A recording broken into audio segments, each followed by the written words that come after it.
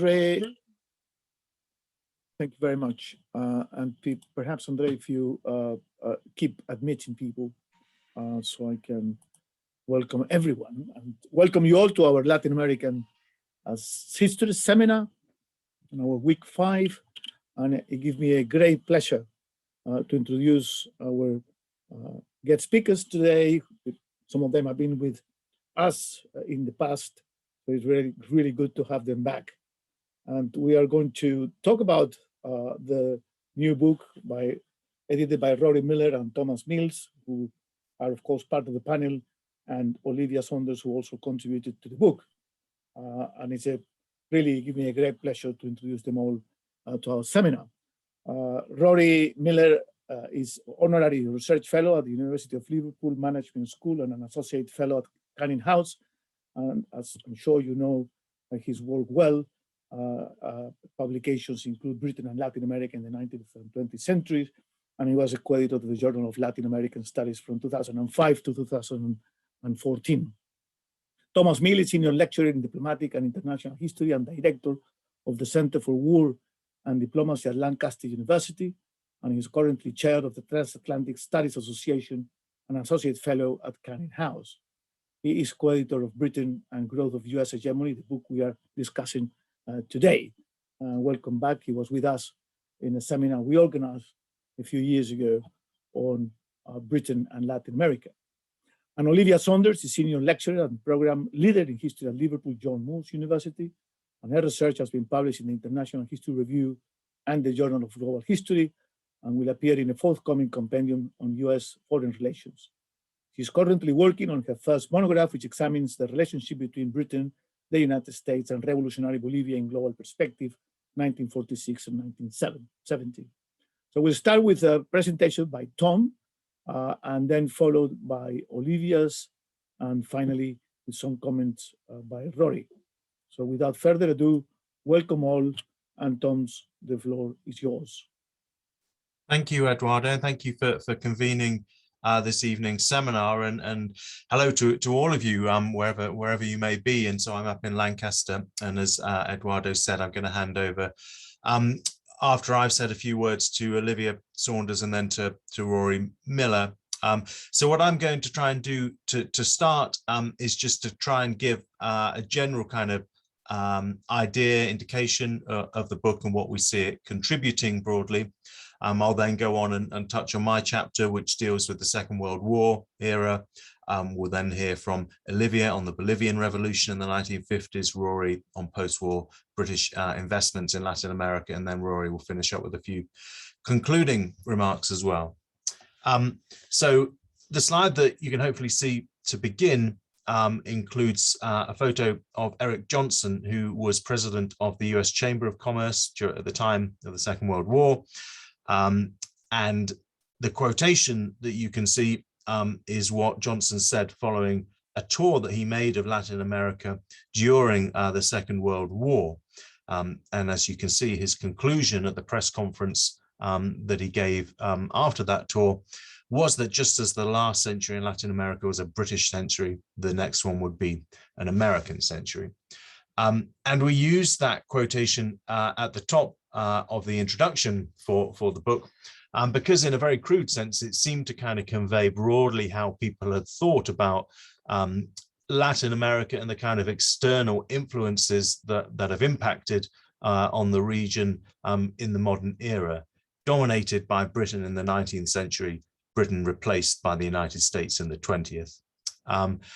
And certainly we can kind of see that broad thrust reflected in the academic literature to some extent, where you have no shortage of books on the United States' role in Latin America in the 20th century, very few on Britain's role in Latin America in the 20th century.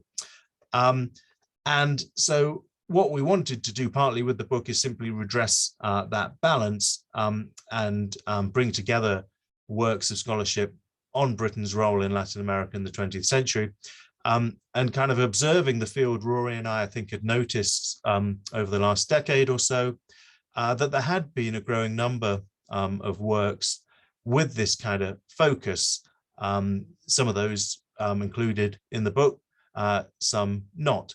But it did seem that there was something of a kind of growing interest in Britain's role in Latin America beyond the First World War. And so what the collection really seeks to do is to bring together a kind of state of the art of those people, those scholars working on this area. And we're lucky to have a broad kind of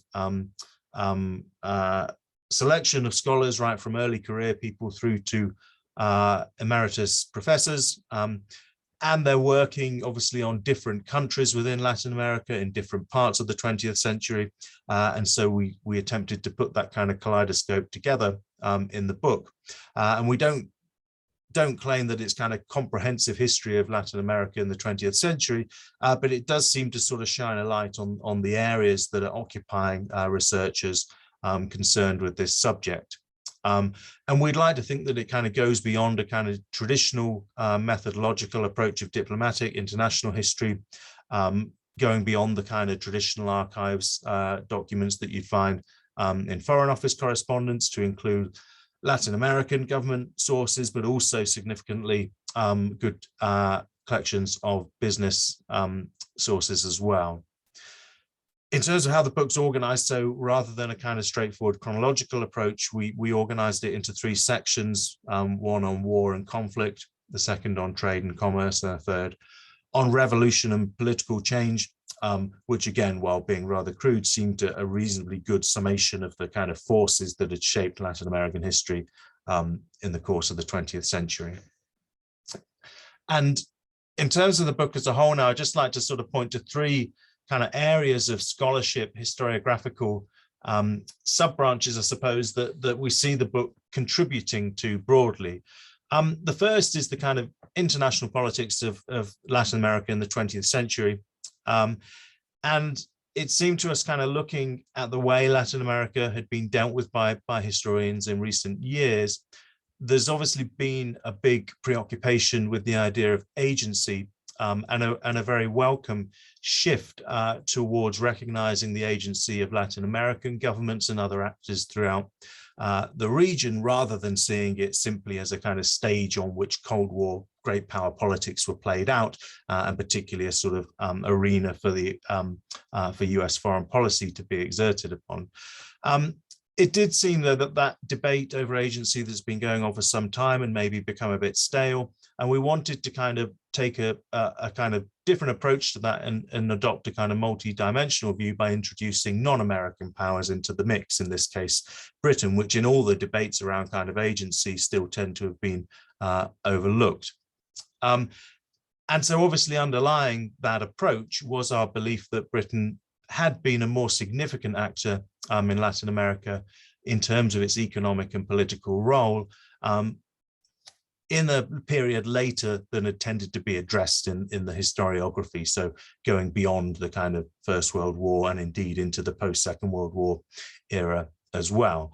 And we suggest that Britain had been significant in the region in terms of trade, which is something I touch on quite a bit in my chapter, in terms of economic investments, which is something that Rory is particularly concerned with, and in terms of politics, and that's maybe more where Olivia can shed light in terms of looking at the particular case of the Bolivian Revolution.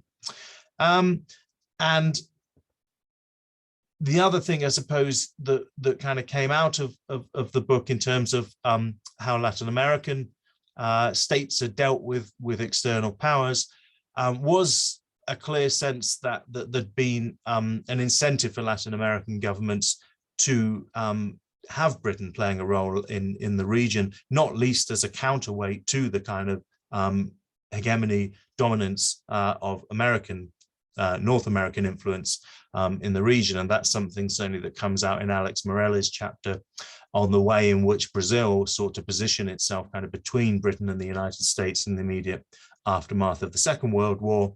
And Mark Seddon chapters similarly looking at the way Venezuela, this time quite explicitly tried to play the great powers kind of off against each other to advance its own interests. And we see that in James Lockhart's chapter on Chile as well, with France coming into the mix as well in the development of a civil nuclear industry in that country in the post-war period.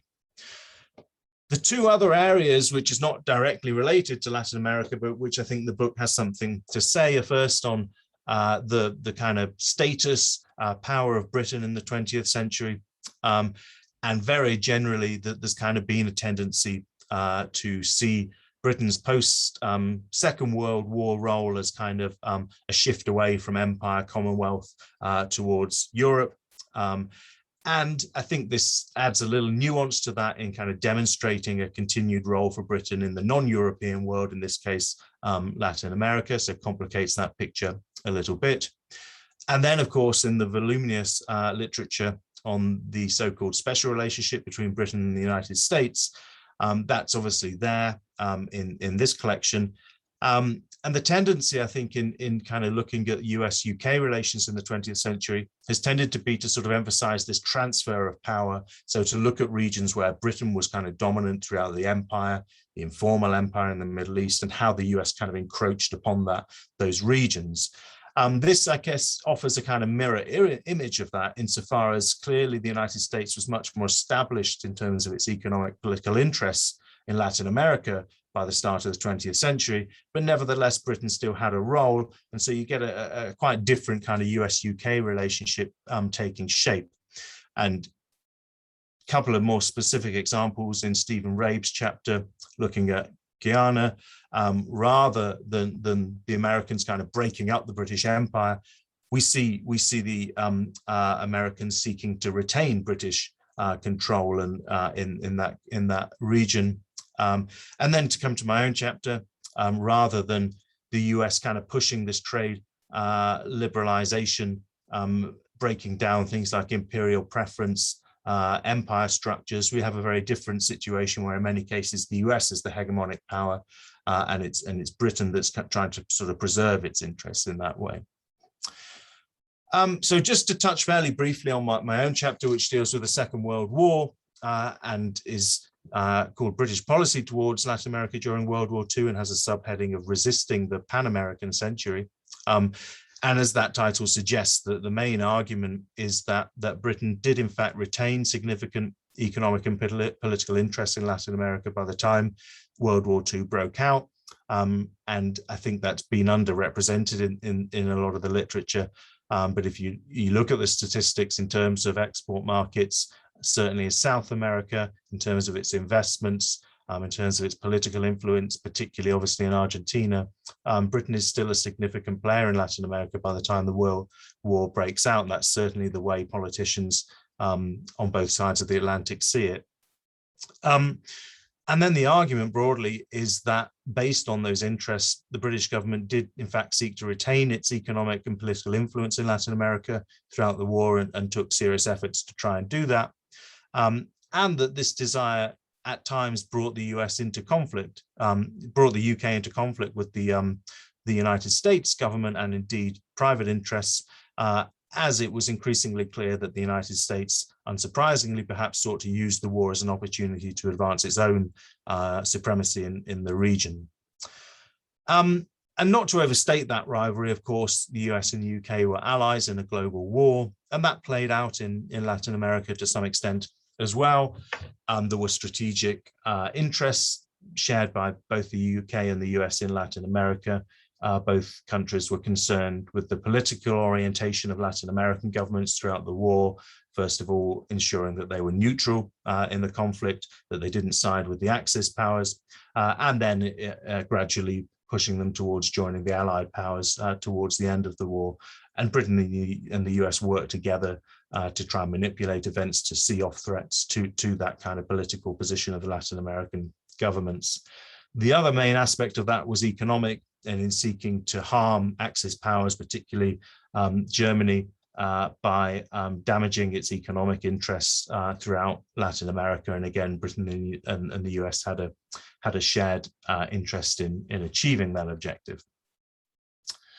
But I suppose the problem really was that because Latin America wasn't obviously central as a theatre of conflict in the Second World War, concerns other than those directly related to winning the war took precedence, and particularly economic interests and how they would take shape once the war came to an end. So those kind of concerns came to kind of dominate in Latin America in a way that perhaps they wouldn't have in other parts of the world that were more centrally affected by the war.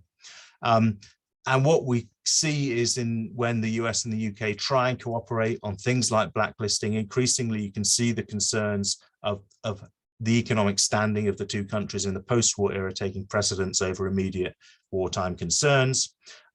Britain is criticized for re-exporting Lend-Lease aid that it received from the United States for its own economic advantage in Latin America.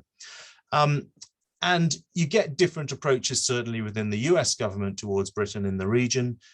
We have people like Cordell Hull, the Secretary of State, who are more concerned with a kind of internationalist agenda, promoting particularly a liberalization of global trade in the post-war era. And they do try to allay British concerns about losing its position in Latin America during the war.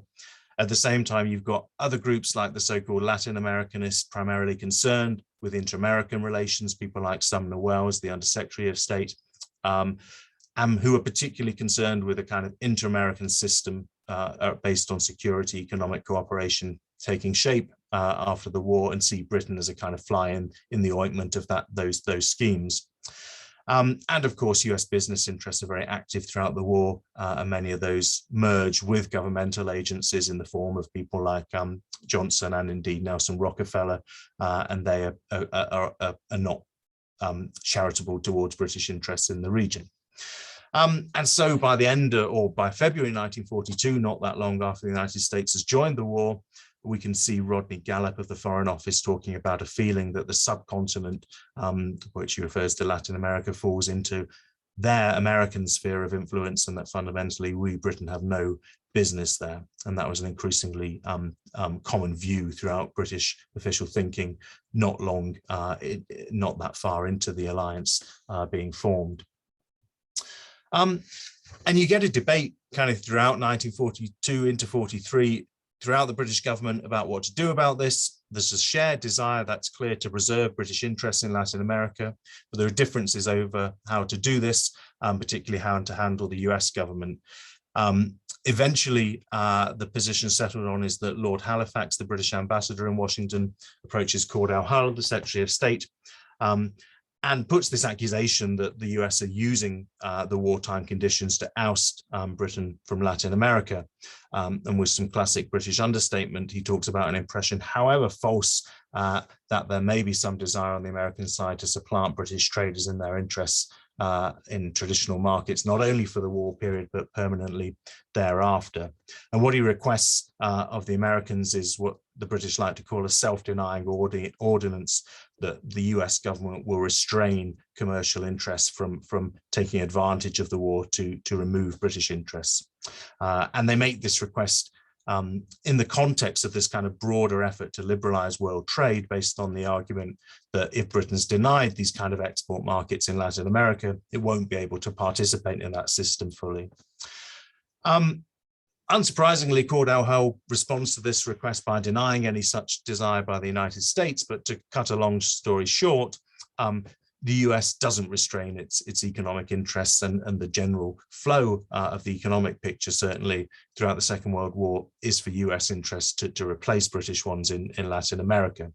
There's various reasons for that, to do with kind of bureaucratic changes within the US government, and then particularly tensions emerge over Argentina. Towards the end of the war, basically, the US doesn't think Britain is applying sanctions sufficiently towards the Argentines to prevent their alleged links with Nazis, with the Axis powers. And so that tends to sort of overshadow US-UK relations in Latin America to a large extent. And so what you see by the end of the war certainly is a significant dominance of the United States. US interests replace Axis ones as part of economic warfare. And certainly if you look at those kind of trade figures, you've got the share of US import markets at 58% by 1945 and exports 49%, with small shares for Britain in either category. Having said all that, and just to bring this to a conclusion, while not denying the massive detrimental impact that the war has had on Britain's standing in Latin America. By the end of the war, there is again a fairly wide shared belief that this need not be a permanent retreat and that Britain can re-establish itself in the region. In 1945, the head of the South American department, Victor Perón, wrote a famous paper called The Importance of Latin America. And for Britain, Latin America was important as a source of more raw materials, as a significant destination for British investment, as a great, certainly somewhere with great potential as an export market. They recognize its strategic location, particularly for the United States in the emerging Cold War. And they saw Latin American countries as a potentially very important bloc of nations with a distinct identity, as they put it, in the emerging world order. And as you can see from the quotation at the bottom there from Walter Simon in the Treasury, there was still optimism that Britain could reverse this decline and reassert its position in Latin America if we go after it with energy, as Walter Simon put it. We'll see how that turned out when we get to Rory's contribution. But before that, I'll pass over now to Olivia, who's going to talk about Britain's political involvement in Latin America in the post-war era, particularly concerning the Bolivian revolution in the 1950s. Thanks very much, Tom, and thanks very much to the Centre for hosting this event. So my contribution to the book analyses the relationship between Britain, the United States, and the United States in the context of the Bolivian National Revolution, focusing primarily on the first term of revolutionary government between 1952 and 1956. And as Tom said, it's one of many of the country case studies contained within the book. There's actually been very little attention given to Britain's relationship with Bolivia in either the 19th or the 20th centuries. And I mean, my research goes some way towards explaining that. During what Leslie Bethell has termed the British century of the 1800s, actually there was really negligible trade and investment between the two countries, between Britain and Bolivia. And that stood in really stark contrast to neighboring Argentina, Chile, Peru, and Brazil. So it makes some sense then that historians have not really explored the relationship in any great detail. And then even when the relationship between Bolivia and Britain starts to really develop more fully from the turn of the 20th century, it still remains largely unexamined within the scholarship. As I said, it was only really from the turn of the century, late 19th century, early 20th century, that British companies really start to expand their interests in Bolivia. And quite typically, they begin to construct railways. They're primarily linking Bolivian mines to ports in Peru and in Chile. And then aligned to this development of the railways and with the concurrent expansion of the tin mining industry, Britain then becomes the largest importer of Bolivian tin concentrates.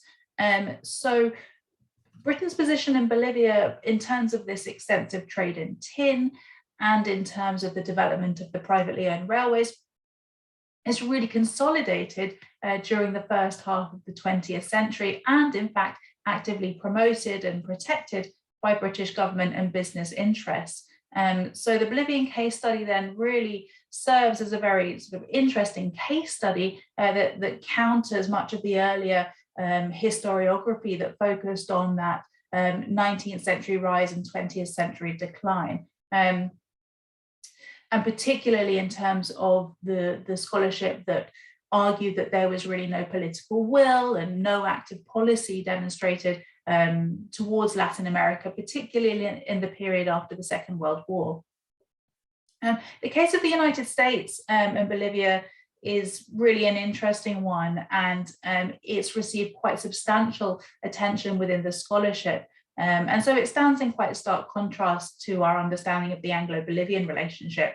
The United States had quite substantial investment holdings in Bolivia in the oil industry until the late 1930s when they were nationalized.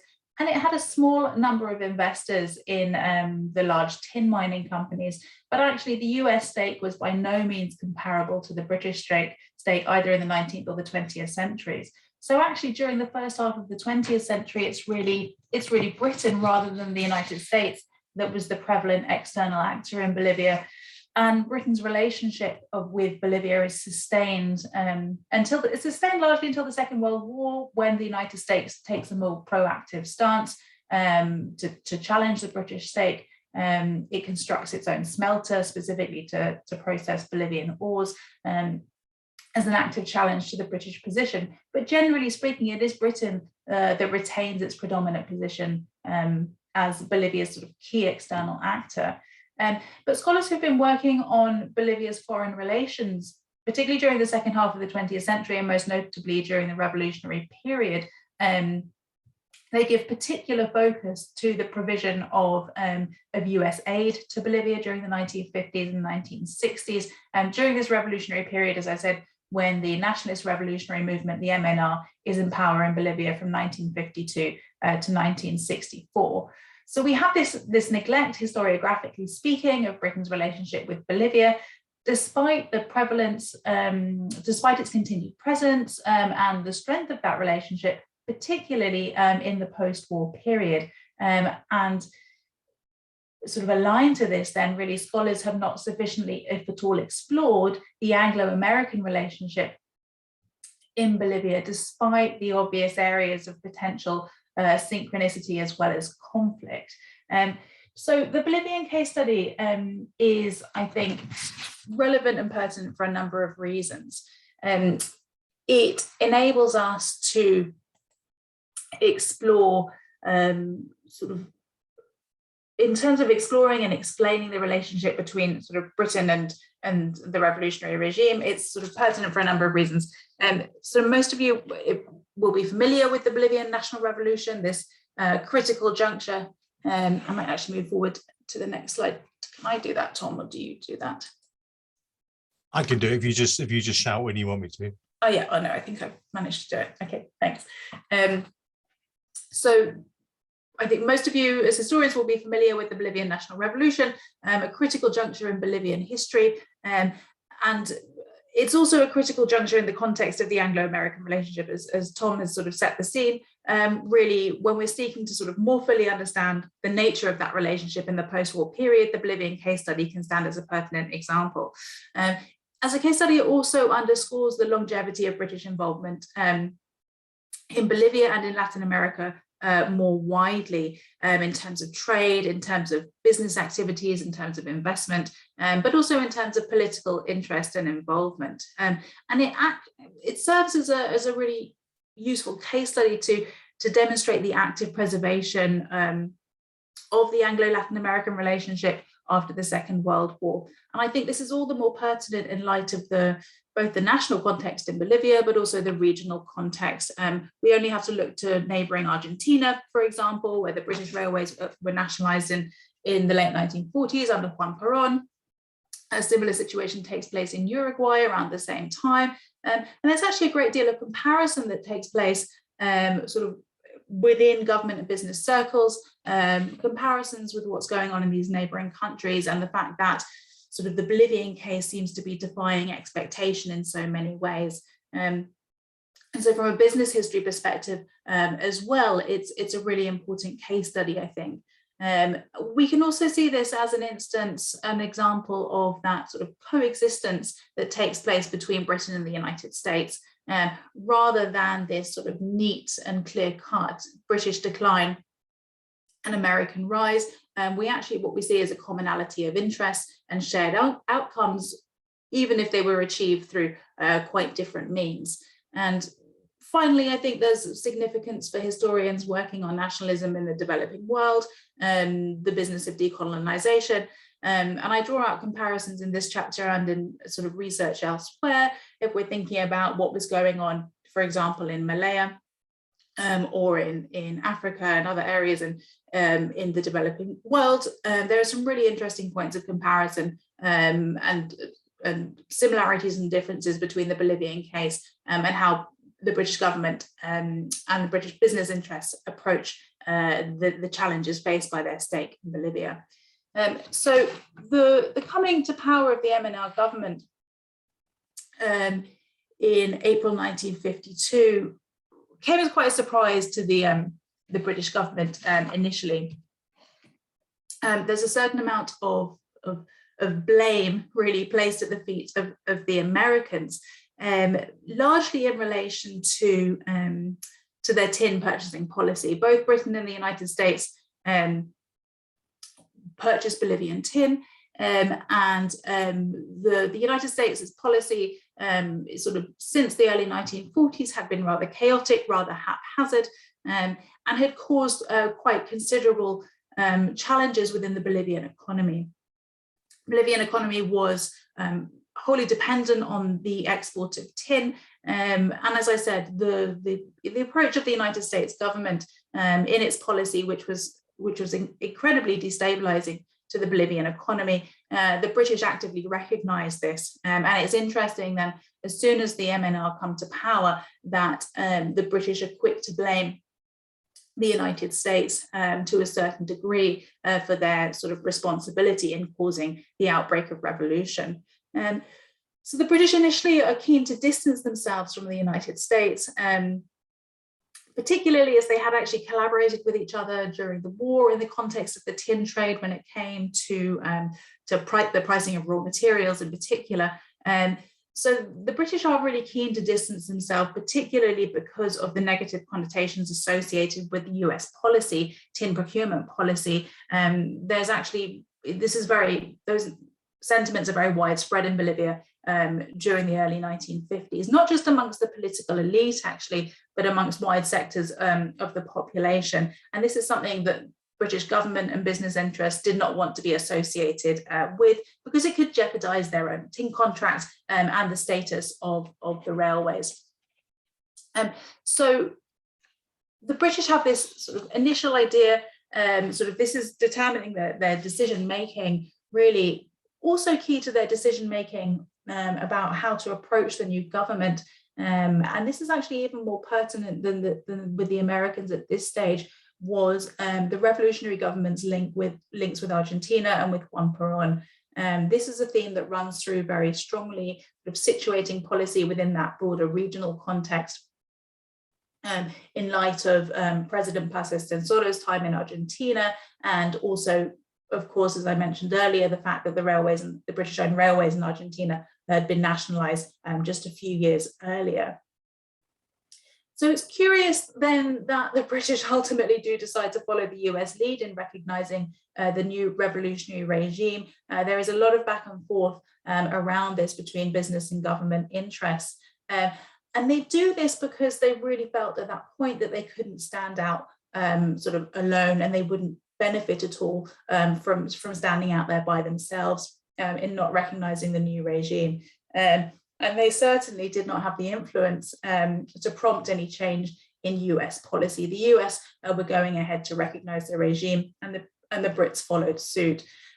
But what's particularly interesting is actually this is really only an isolated occurrence.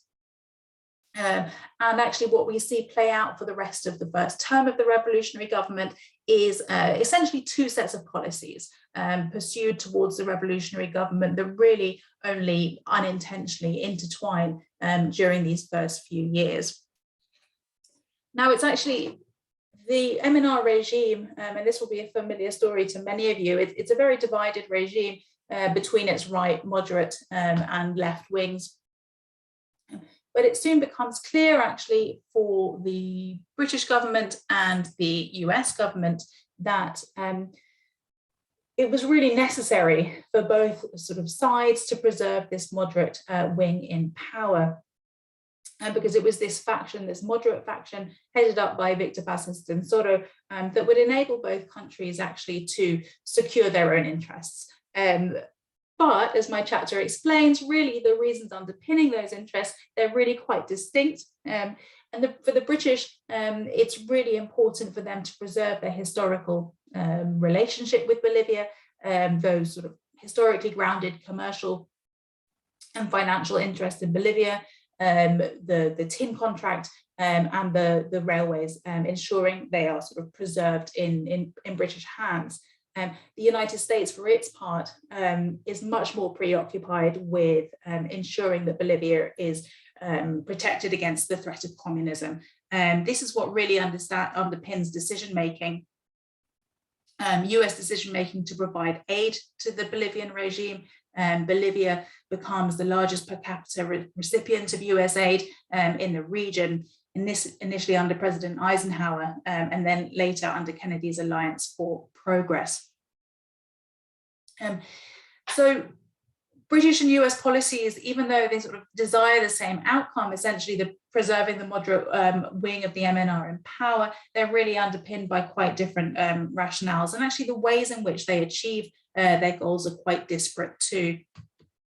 The British are very much more inclined to negotiate.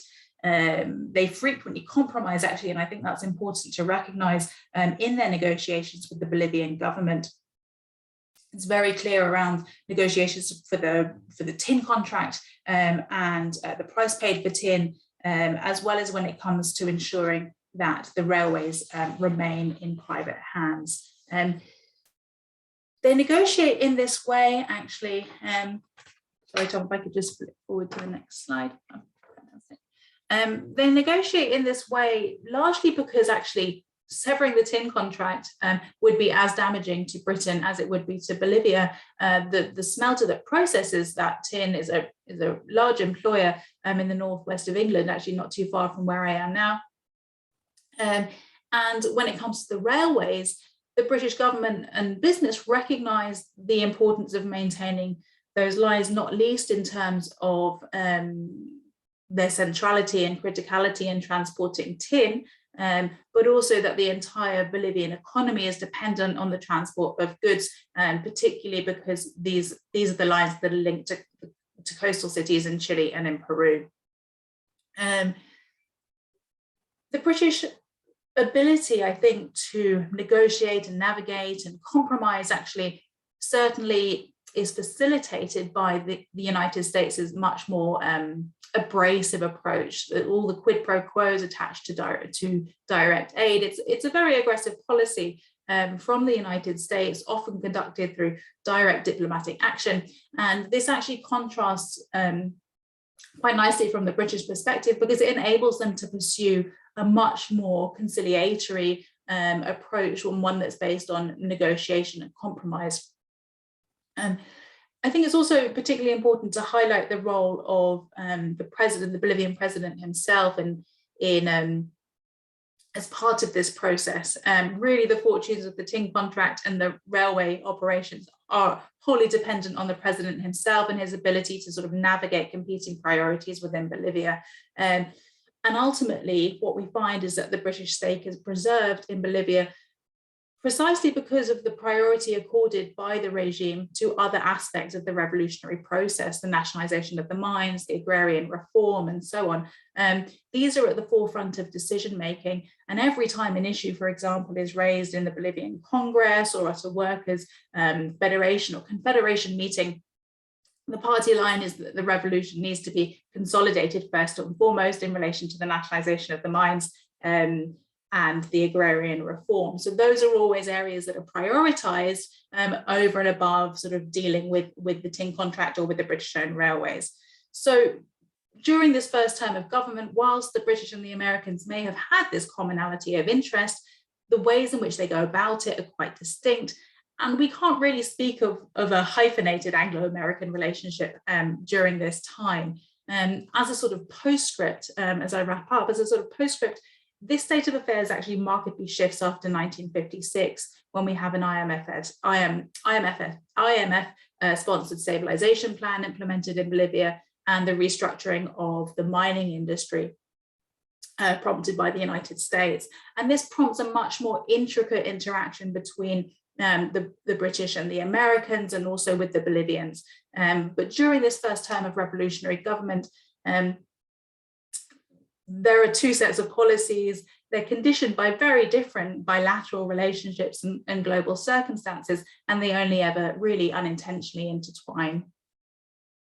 So I will now hand over to Rory. Thanks, Olivia. And I'll try and be fairly brief. My chapter in the book is about economic nationalism and the British in post-war Latin America. The origins of this lie a long time ago when I was writing a book on Britain and Latin America in the 19th, 20th centuries, found there wasn't a great deal of literature on the mid-20th century, and came to the conclusion that the British couldn't really handle economic nationalism in Latin America, partly because of their neo-imperial and rather arrogant attitudes towards Latin Americans. And it was a conclusion that Leslie Bethell was arriving at about the same time in the book, in the essay that he published in Victor Bulmer Thomas's book. And research since then has led me to rethink this. Sorry, I've just lost my screen. Led me to rethink this a bit.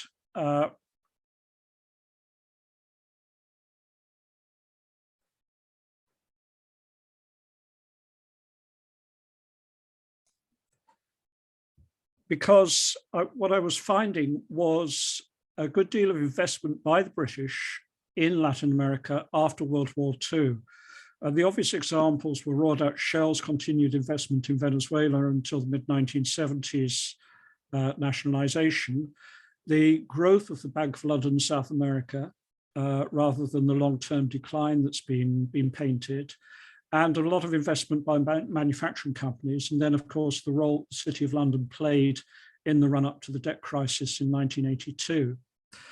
I also found that Britain's share of Latin American import markets, or major Latin American import markets, had tended to remain fairly static from the late 1940s to the around 1970s. So the idea of persistent decline didn't really fit with that.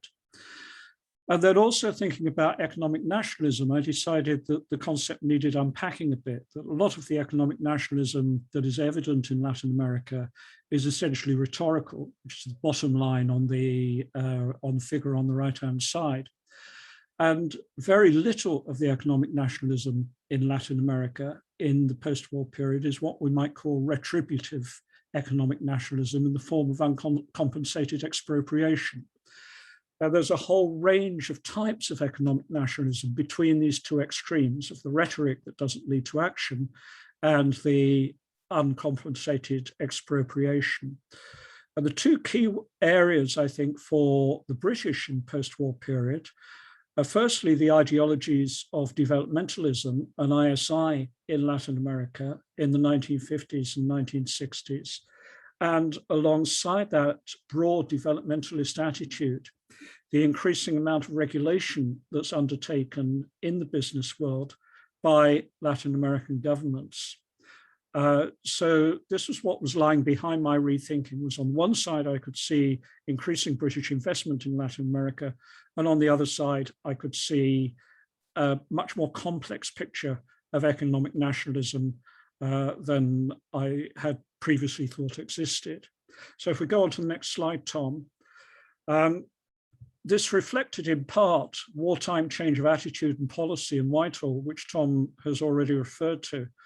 There's a very famous memorandum from Victor Perón as head of the South American Department in the Foreign Office in December 1942, arguing essentially that the British should get out of public utilities in Latin America because this was too much of an irritant to relations. And that was an idea that had been floating around in the Foreign Office, as David Rock shows in his chapter in the book, since the 1930s. And that's a view that's also echoed in the Bank of England, which is the other key policy maker for Britain in Latin America in the wartime era.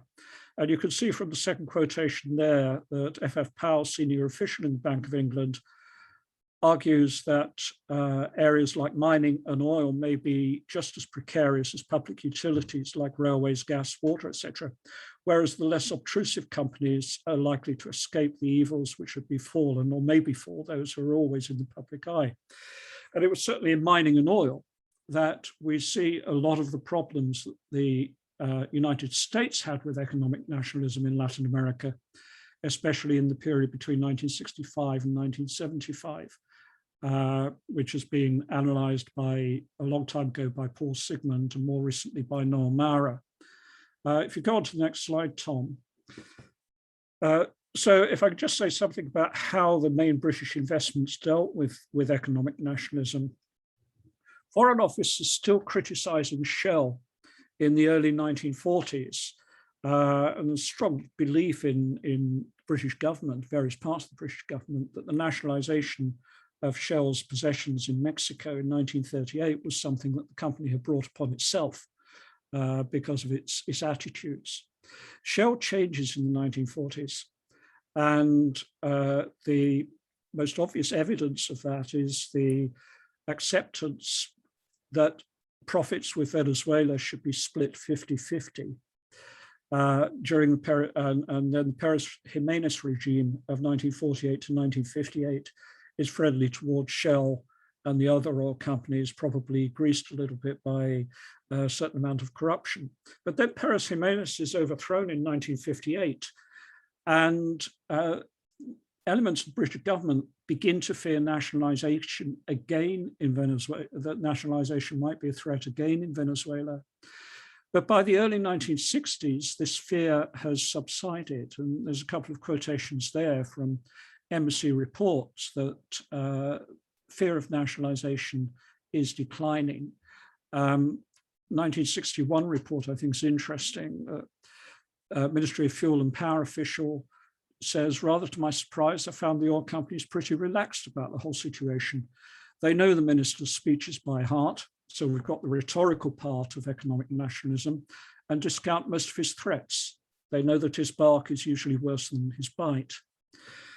And Shell, like Standard Oil in Venezuela through the 1950s, is investing in local development, is investing in what we would now call plans of corporate social responsibility. It deliberately uses local banks rather than Bank of London, South America for its deposits and its salary payments. And it is also undergoing a thoroughgoing Venezuelanization of management and technical staff, recruiting people from local universities, sending them on scholarships to acquire knowledge in the Netherlands and in the UK. And it seems to me you get something of a revolving door between the regulatory agencies and the oil companies in Venezuela from the 1950s through until the 1970s, and may well have continued on with PDVSA and its contractors beyond that. Next slide, Tom.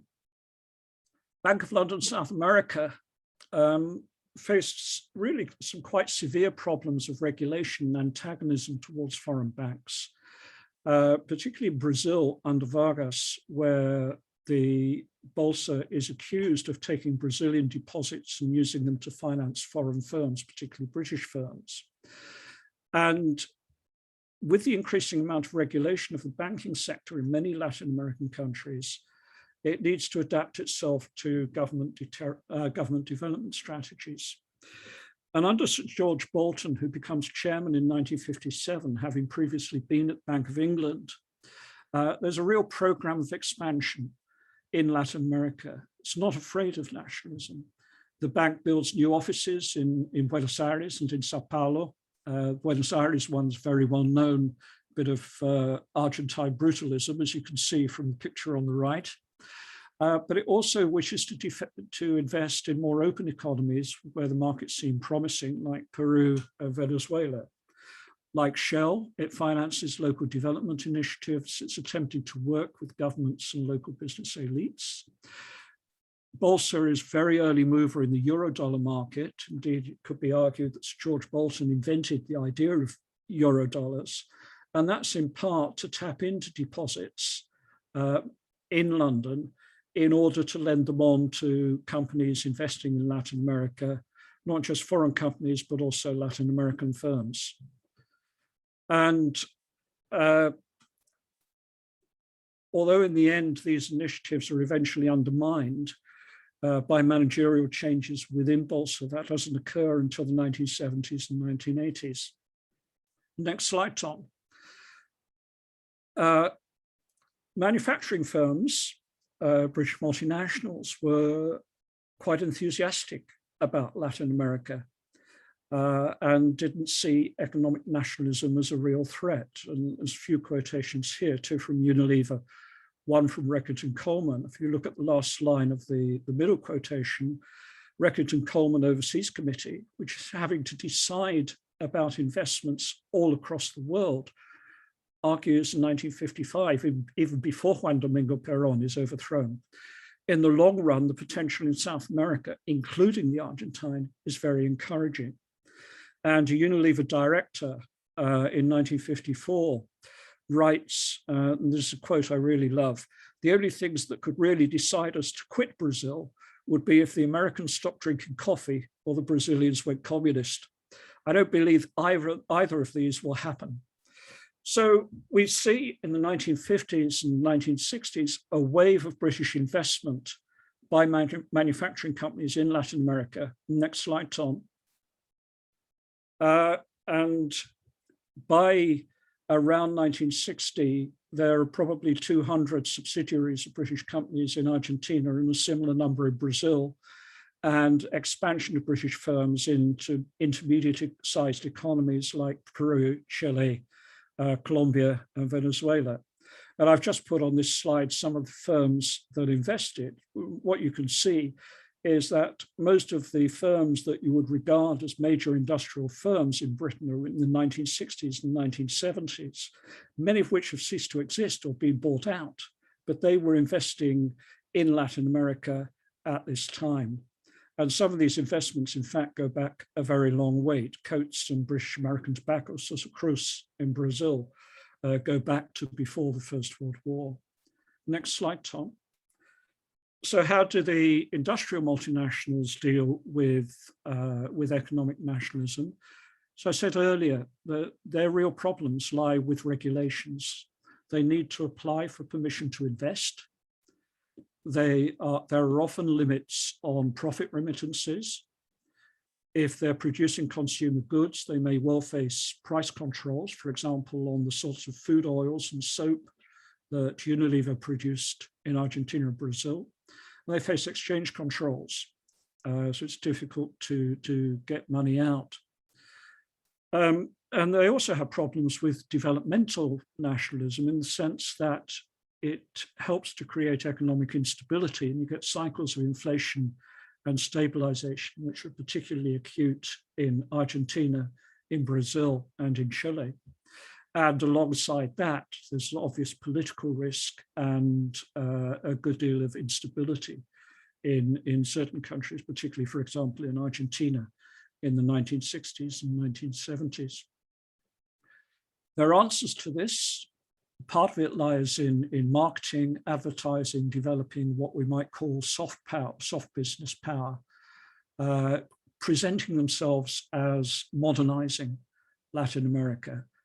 Unilever, for example, introduced radio soap operas into Argentina, where Procter & Gamble is not yet important, as a means of selling detergents to Argentine housewives as something that's modern and will go alongside the washing machines that they're buying at the same time. British manufacturing firms employ nationals in management and executive positions and acculturate them into the companies, to the point where in the last few years you've been able to see the effects of this in terms of some Latin Americans who've reached senior levels in major British firms like BAT. There's a good deal of financial engineering going on.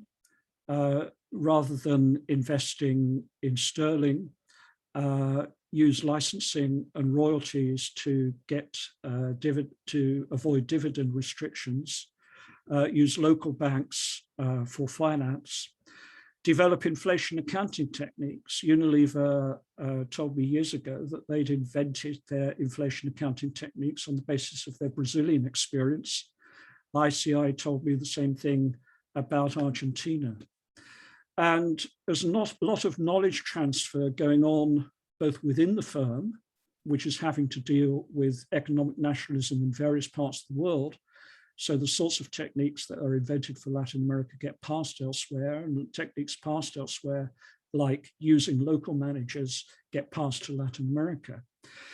And also an area that's very poorly researched, the large accounting firms like Pricewaterhouse, what's now KPMG, are very important in transferring knowledge from one of how to deal with regulations from one firm to another. And they do, of course, develop relationships with local business elites through joint ventures and involvement in business lobbies. So just to try and make some concluding comments on the next slide, Tom, from the papers in the book as a whole. First, the British acceptance of American hegemony in Latin America was not a straightforward linear process with the wars accelerating it. The wars did accelerate it, but in both the First and the Second World War, the British made strong attempts to retain their position in Latin America and to recover their trade afterwards. And I think you've seen in the papers here that there's a deliberate attempt at repositioning on the part of the British during and after World War II. Forget the old investments like the Argentine and Brazilian and Uruguayan railways and concentrate on what's new, what the new possibilities are. And as American hegemony and Latin American nationalism become more marked, the British see greater opportunities, especially in the aftermath of Vice President Nixon's disastrous visit to Latin America in 1958. When you read Foreign Office minutes about that, you can almost see Foreign Office officials rubbing their hands in glee at the discomfiture that Nixon had experienced. But the problem for the British is that they're constrained by their financial resources and the cost of decolonization. There's a lot of minutes in Foreign Office and in Cabinet suggesting the British see their primary responsibility to the former colonies that are becoming independent in Africa and Asia. And the Cold War, of course, also constrains the British, though it doesn't stop them following an independent line on Cuba for much of the period after 1959, and indeed, as Chris Holt shows, even before the revolution in 1959. The third point I'd make is the nature of the triangular relationship differs greatly from one country to another.